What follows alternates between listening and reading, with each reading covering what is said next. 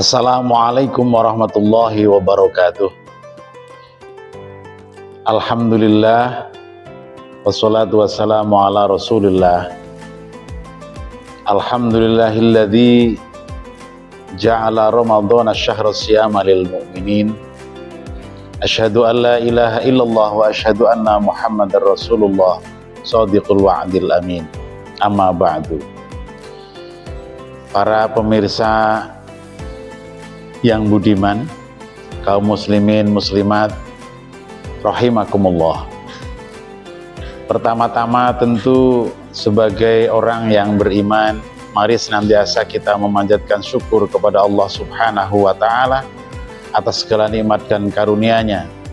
Satu di antara nikmat yang hari ini sedang kita nikmati adalah kita berkesempatan bertemu dengan bulan Ramadan, di mana bulan Ramadan ini disebut sebagai Sayyidus Syuhur, raja atau tuannya bulan dari 12 bulan yang ada diberikan kepada kita sebagai umat manusia.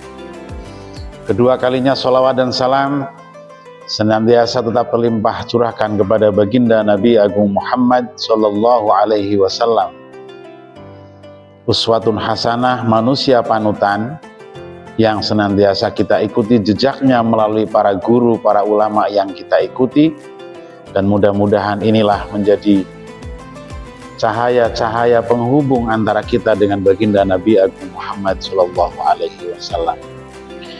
Muslimin muslimat rahimakumullah.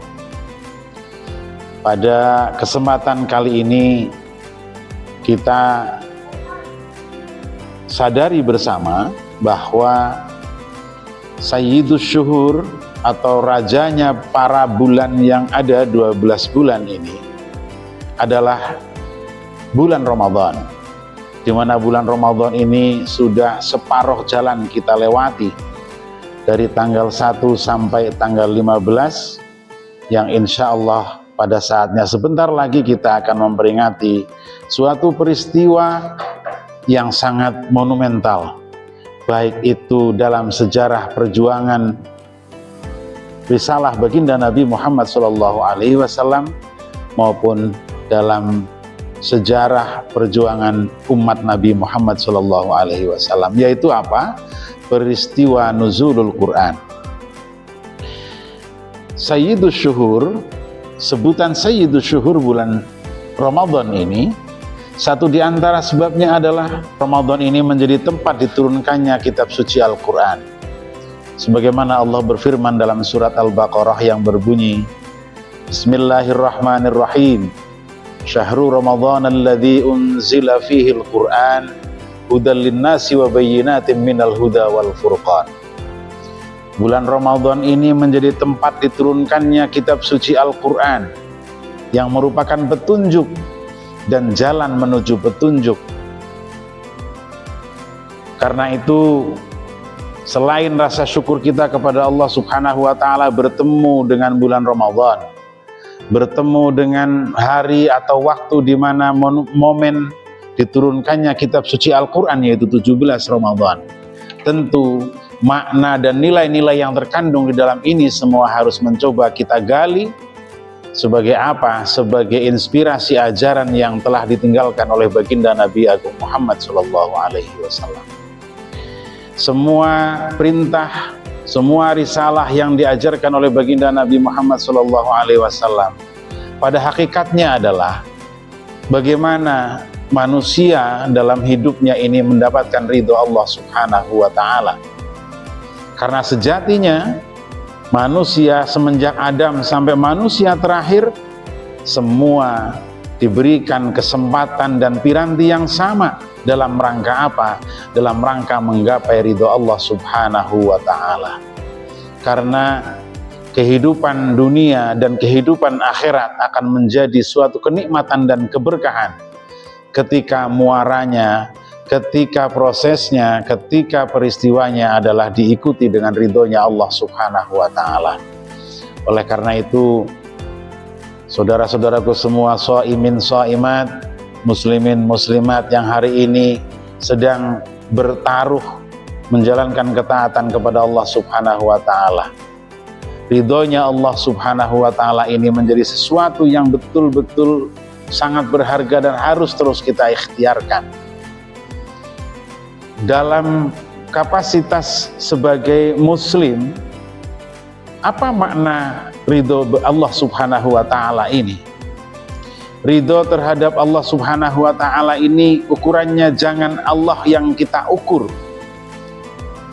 Bagaimana mengetahui dan merasakan ridhonya Allah Subhanahu wa ta'ala? Jangan mengukur Allah dari keridhoan yang kita pahami, tetapi keridhoan Allah Subhanahu wa ta'ala harus kita ukur dan terus kita pelajari dari keridhoan diri sendiri kita yang dibekali oleh sedemikian banyak piranti untuk menjadi manusia atau umat manusia yang taat kepada Allah Subhanahu wa ta'ala, sebagaimana sejarah, sebagaimana risalah yang sudah diajarkan melalui baginda Nabi Agung Muhammad sallallahu alaihi wasallam. Dan itu tentu melalui wasilah, melalui cara yang tidak langsung antara kita dengan Allah Subhanahu wa ta'ala. Tetapi di antara ridho yang kita cari, ridhonya Allah adalah melalui orang-orang yang memiliki peran tidak hanya secara fisik tetapi juga psikologi di dalam membesarkan kita, melahirkan kita sebagai manusia yang hari ini berperadaban dengan agama yang ditinggalkan oleh baginda Nabi Muhammad sallallahu alaihi wasallam. Ridho Allah Subhanahu wa ta'ala itu sangat tergantung sekali dengan ridho kedua orang tua. Sebagaimana Rasulullah Muhammad sallallahu alaihi wasallam bersabda dalam hadisnya, ridallah fi ridal walidain wa sukhtullahi fi sukhtul walidain. Ridhonya Allah Subhanahu wa ta'ala itu sangat tergantung terhadap ridhonya kedua orang tua. Dan murkanya Allah Subhanahu wa ta'ala sangat tergantung dengan murkanya orang tua. Oleh karena itu, saudara-saudaraku kaum muslimin muslimat yang saya hormati, menggapai ridho Allah sangat tergantung dengan bagaimana kita meminta, berikhtiar untuk mendapatkan ridho kedua orang tua. Karena itu berbahagialah kita semua yang hari ini masih diberi kesempatan untuk mendampingi orang tua, yang masih hidup bersama dengan orang tua, entah itu bapak maupun ibu. Sebab dari ridho ibu, dari ridho ayah, di sanalah ada ridhonya Allah Subhanahu wa ta'ala. Jangan disia-siakan bapak dan ibu muslimin muslimat saudaraku semua, panjenengan yang masih hidup bersama dengan kedua orang tua, sebab dari ridho kedua orang tua inilah kita akan lebih mudah untuk mendapatkan ridhonya Allah Subhanahu wa ta'ala dari semua aspek dan sendi kehidupan yang menjadi perjalanan selama kita menjalani kehidupan ini. Karena itu tidak hanya kepada saudara-saudaraku kaum muslimin dan muslimat, para pemirsa, para pendengar tausiah kami ini, mari kami mengajak kepada diri saya sendiri, berbaktilah kepada orang tua. Sebab itu adalah salah satu cara yang paling mudah untuk mendapatkan ridhonya Allah Subhanahu wa ta'ala. Ridhonya Allah Subhanahu wa ta'ala ini akan sangat tergantung dengan bagaimana kita menempatkan diri sebagai hamba. Karena apa? Hamba Allah Subhanahu wa ta'ala mencipta manusia ini ada dua niat atau tujuan besar. Tujuan besar yang pertama adalah Allah mencipta manusia adalah untuk diciptakan sebagai wakilnya di muka bumi. Manusia inilah yang diberi tugas oleh Allah untuk mengelola sedemikian perangkat alam jagat raya untuk kebaikan kehidupan manusia itu sendiri. Lalu yang kedua, tugas diciptakannya manusia adalah sebagai hamba Allah. Dua-duanya adalah peran yang sangat strategis. Peran sebagai hamba Allah, peran sebagai hamba, peran sebagai abdi adalah peran-peran nafsi. Peran sebagai orang perseorangan, peran sebagai pribadi-pribadi. Lalu kemudian peran sebagai khalifatun fil ard, ini adalah peran sebagai manusia secara jamaah. di mana hukumnya tidak semua manusia harus menjadi khalifah, menjadi pemimpin, menjadi wakilnya Allah di muka bumi secara kolektif. Karena sesungguhnya peran-peran itu adalah peran yang bisa secara bersama-sama dimaksimalkan. Oleh karena itu, peran sebagai hamba, peran sebagai khalifah, dua-duanya adalah peran yang sangat berpengaruh dan sangat menentukan bagaimana kita menggapai ridhonya Allah Subhanahu wa Ta'ala. Karena itu, bapak-bapak, ibu-ibu, saudaraku kaum muslimin dan muslimat, menggapai ridho Allah bukan sesuatu yang sulit. Menggapai ridho Allah bukan sesuatu yang tidak mungkin untuk kita lakukan, untuk kita ikhtiarkan.